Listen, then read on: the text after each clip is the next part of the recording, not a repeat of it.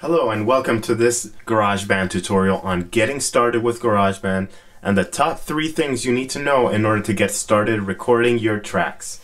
So the first thing that we want to check, right now we are using GarageBand version 10.0.2, and a good way to check is to just go onto your Finder here, Applications, and then find GarageBand. If you hit the space bar, you'll be able to see what version of GarageBand you're using. So if for any reason your GarageBand is lower than this, you may need to upgrade your GarageBand, which you can do by this Apple icon on the top left-hand side of your computer and Software Update. If for any reason you don't have Mavericks OS X or have something lower than that, you may need to upgrade to Mavericks OS X, and I will provide a link under this video where you can find out how to do that. So let's get started with GarageBand.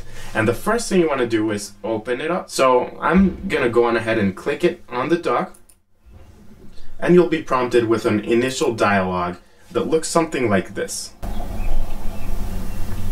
This dialog is basically letting us know which collection of instruments we want to get started with. So since we're just doing a little bit of a preview here, why don't we click on the keyboard collection and hit choose.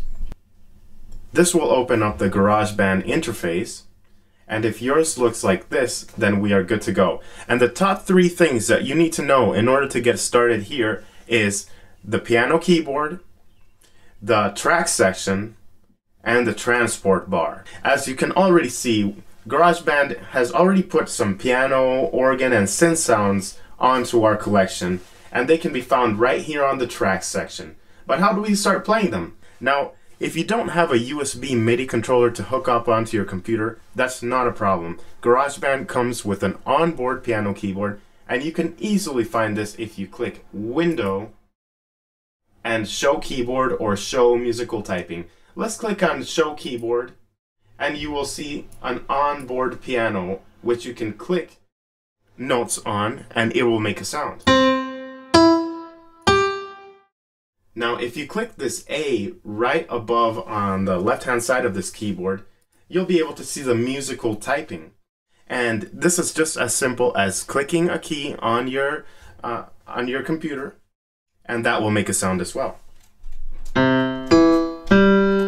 Now say you want to go up or down the octave, keep in mind that there is an octave button right here. So if you hit Z or X, you'll be able to move up or down the keyboard. So let's try that a couple times. I'm going to hit Z to go lower.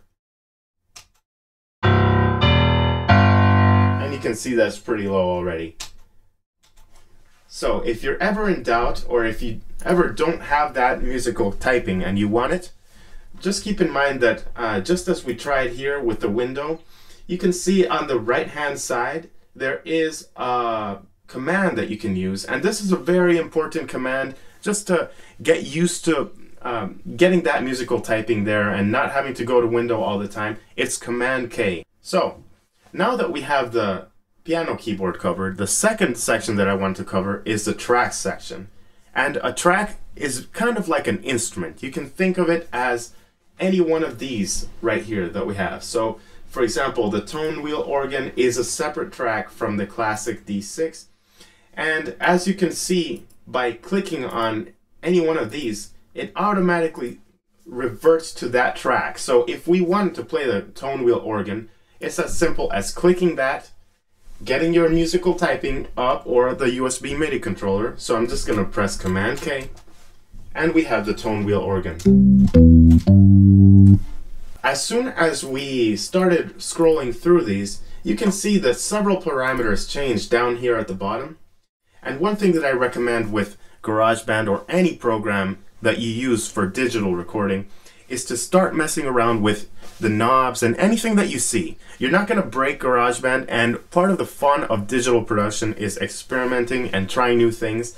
And that also is where your originality and your own unique sound is. So I really encourage you to not feel daunted.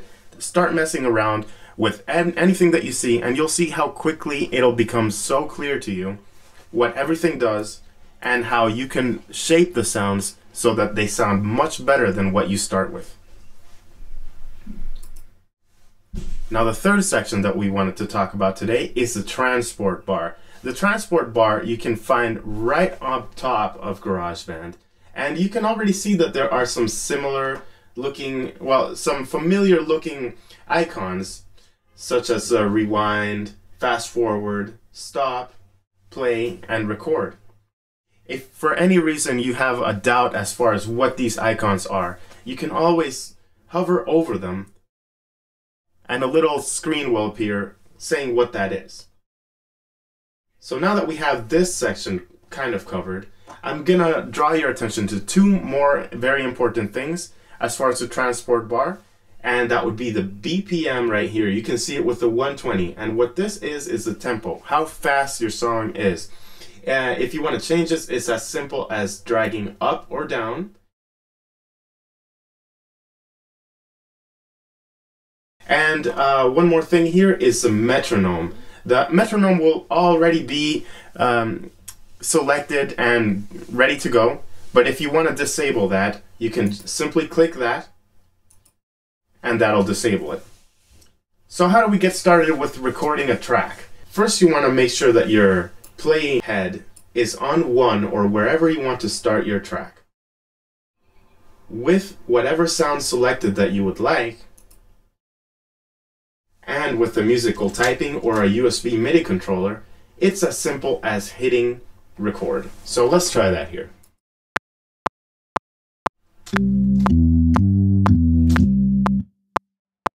To stop, you can hit spacebar and that will stop. And already you can see that we have a little bit of a track already started here.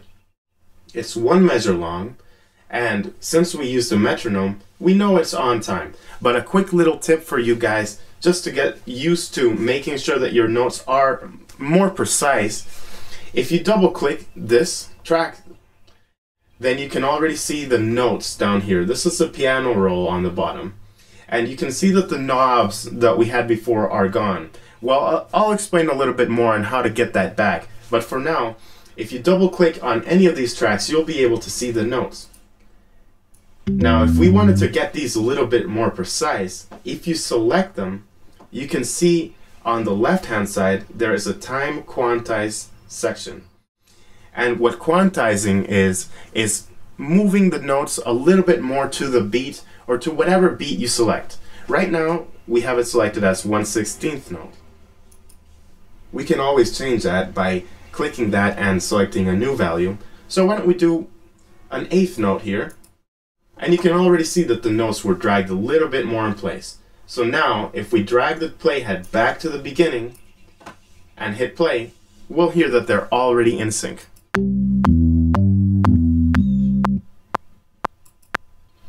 So what if we wanted a bass sound? How could we get that on there? If you look at the menus up here, we're dealing with tracks. So it would be under track and new track.